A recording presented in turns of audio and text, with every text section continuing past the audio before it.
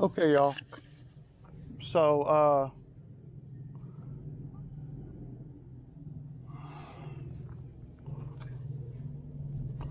I appreciate all the views on the video yesterday. I'm trying to get back, into some kind of, normalcy.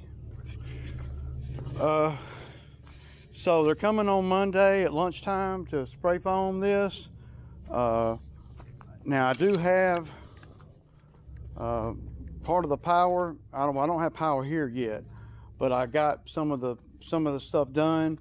We're going to be coming in the building right there. So we're going to dig a trench, from there, and then we'll probably, I'm not sure. Yeah, I'm going to have to come out of the trench because I got a direct bury line right here that goes over to the pool, and I'm not going to fool with that. So it goes from right here, this wire right here, it goes to the other side of the fence and straight down to the pool pump. So I don't need to come out here and go that way. I need to come out here with the trencher and come this way and work my way past this pole right here, and then get in the backyard. And some of this will probably have to be hand dug, but at the end of the day, y'all, I need to go on and do all that, man. So because I got to get back to work next week. I got to go look at a job today.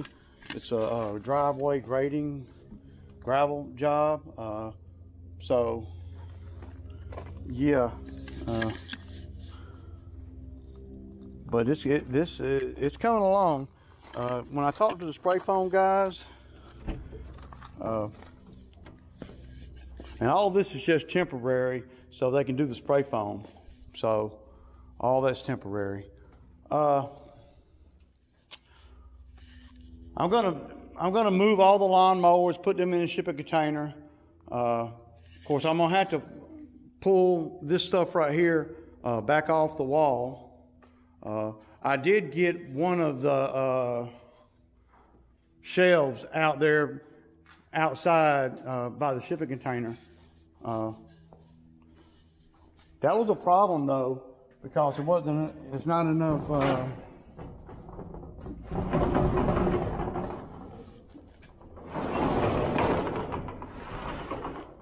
see,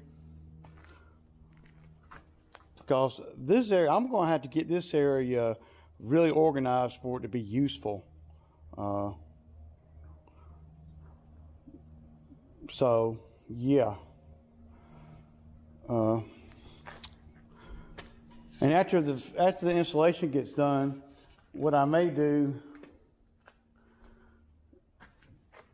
is I may bring, I don't know, man. Yeah, it's just a bunch of, just thinking out loud. But this area over here, I'm going to have to make better use of the space here. Yeah. And while I got the trencher, y'all, I may go on and dig the trench for this pipe right here. I hope I ain't done messed the pipe up to run from my water meter. Now my water meter, right down through here, all the way to the road is my water meter. What would be ideal is to have water coming from my meter up to back here on that side of the building somewhere, because you're not going to be able to dig in here or nothing. Then I could run a pipe over to here, and I could put a some kind of faucet here, and I could wash all the equipment back here, especially like the Bobcat and all. Then it'll just wash down into that field there, the natural flow. So but I know over time, this being such a tight quarters, that I'm going to have to be super careful about the Bobcat in here, right?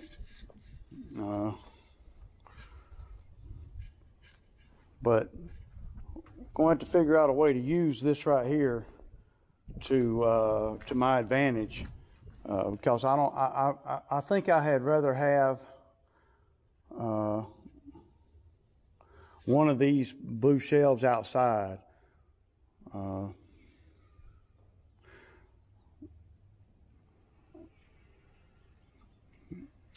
I just don't know yet, man. There's a lot of decisions I got to make. I'm just trying.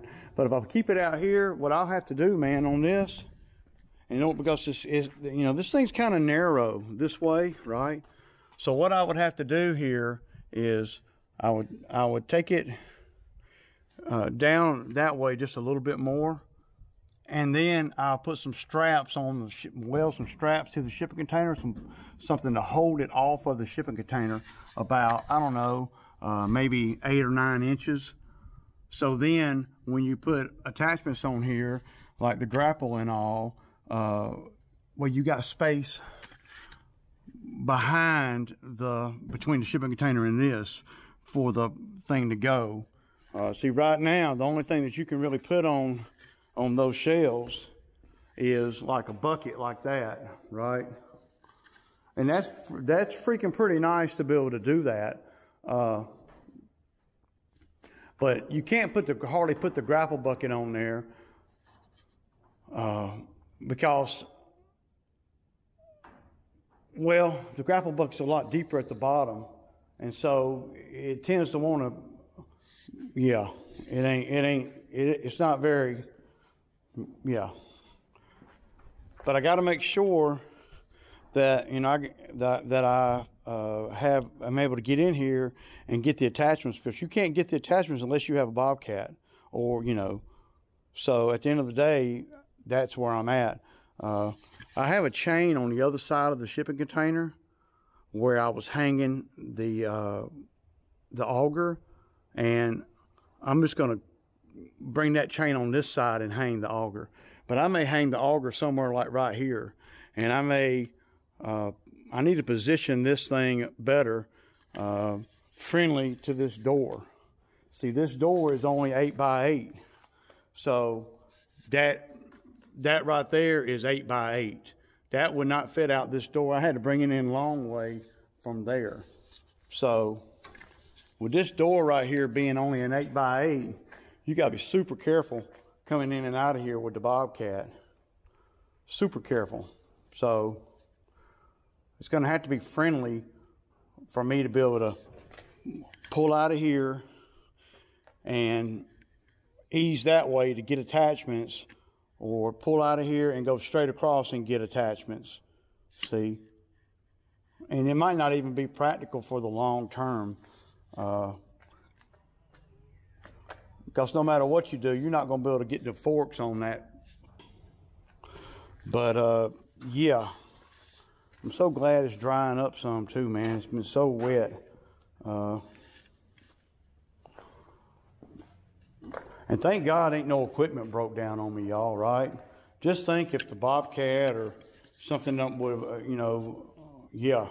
So I got a job to go look at, and this job that I'm going to look at is over in Noonan. My buddy electrician here, he turned me on to her, and she called me this morning, and I'm going to meet with her. But this is the sub panel here. Yeah. And it's going to go right there. So, yeah, everything is, well, ain't nothing changed since yesterday.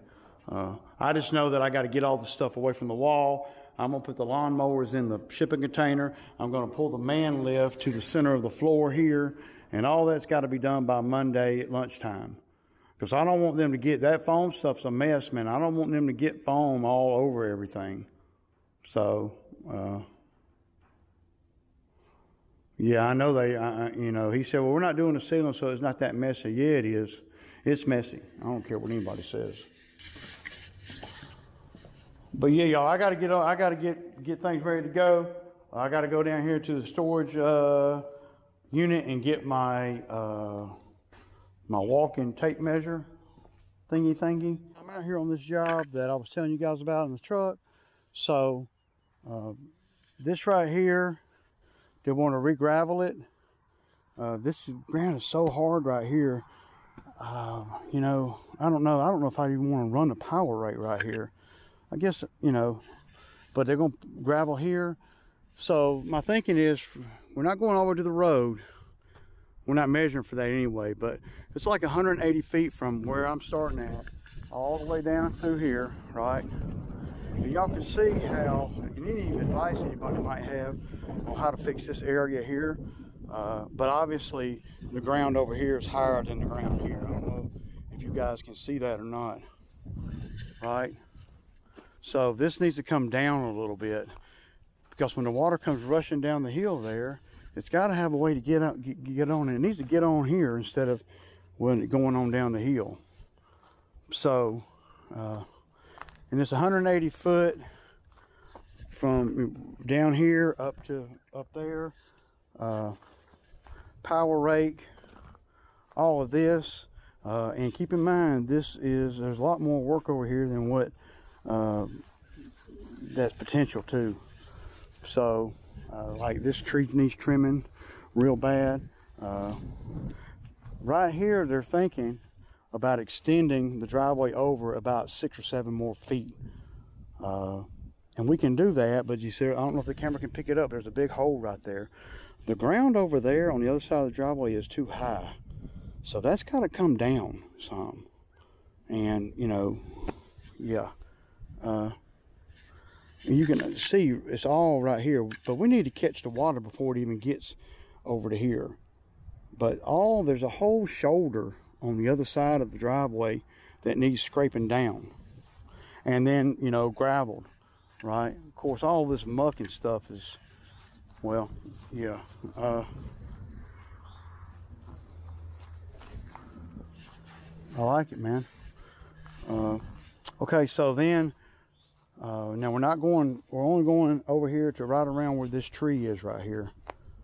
Okay, so from this point right here, from this tree, gravel all the way, you know, right along in here, and then to this tree is where the gravel is going to stop on the road or slow down on the road. And then we're going to go back and fill all this in with gravel. Now this is going to require a pretty good bit of gravel.